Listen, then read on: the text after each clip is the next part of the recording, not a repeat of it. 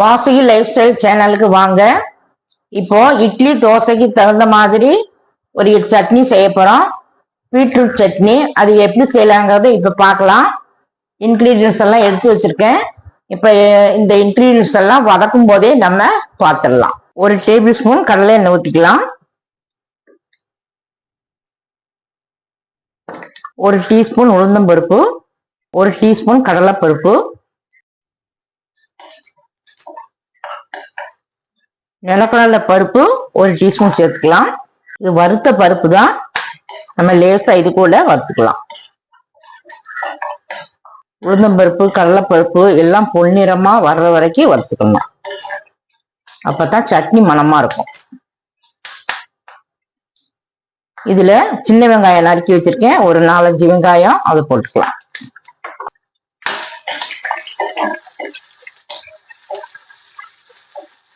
5-6 பல் பூண்டு உரிச்சு வச்சிருக்கேன், அதையும் சேர்த்துக்கலாம். கொஞ்சமா கொத்தமல்லி எடுத்து வச்சிருக்கேன், அதையும் சேர்த்துக்கலாம்.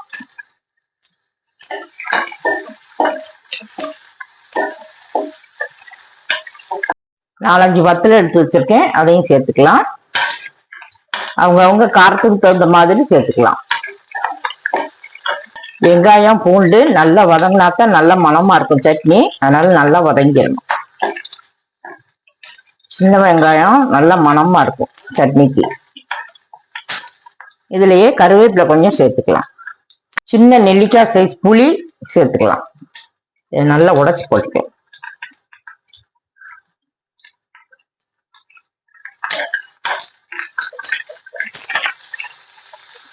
இதுலயே இஞ்சி பிளேவர் பிடிக்கிறவங்க இஞ்சி ஒரு துண்டு சேர்த்துக்கலாம். எங்களுக்கு இஞ்சி பிளேவர் பிடிக்காது, அதனால நான் சேர்க்கல. நீங்க வேணும்னா சேர்த்துக்கலாம்.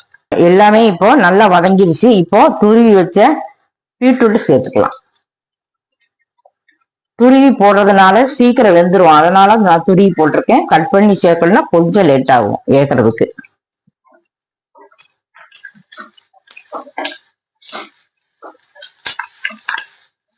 பீட்ரூட் ஒரு 2 நிமிஷம் நல்லா வதக்கி விட்டுக்கலாம். இந்த சட்னி இட்லி தோசைக்கு ரொம்ப அருமையா இருக்கும். நீங்க செய்து பாருங்க.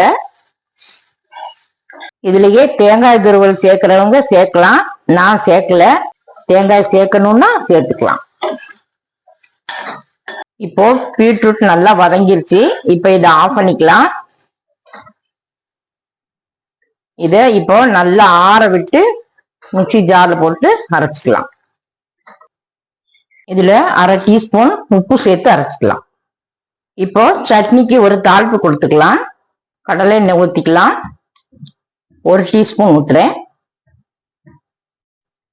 கடுகு உளுந்தம்பருப்பு போட்டுக்கலாம்.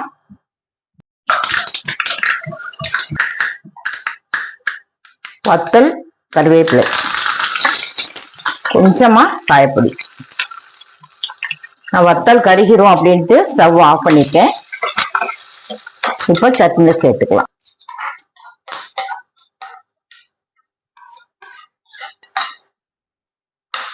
இப்போ பீட்ரூட் சட்னியை எப்படி இருக்குன்னு சாப்பிட்டு பார்த்துடலாம். டேஸ்ட் பண்ணி பார்க்கலாம். சூப்பரா இருக்கு. பீட்ரூட் சட்னி ஸ்வீட்டா இருக்கும் அப்படின்னு எல்லாம் நினைக்க வேண்டியது இல்லை. ரொம்பவே நல்லா இருக்கு. நல்லா இருக்கு, சாப்பிட்டுட்டே இருக்கலாம் போல இருக்கு. நீங்களும் இதே அளவுகளோட பீட்ரூட் சட்னி செய்து பாருங்க, சாப்பிட்டு பாருங்க. சப்ஸ்கிரைப் பண்ணுங்க, பெல் பட்டன் ஆன் பண்ணுங்க. பிடிச்சிருந்தா லைக் பண்ணுங்க.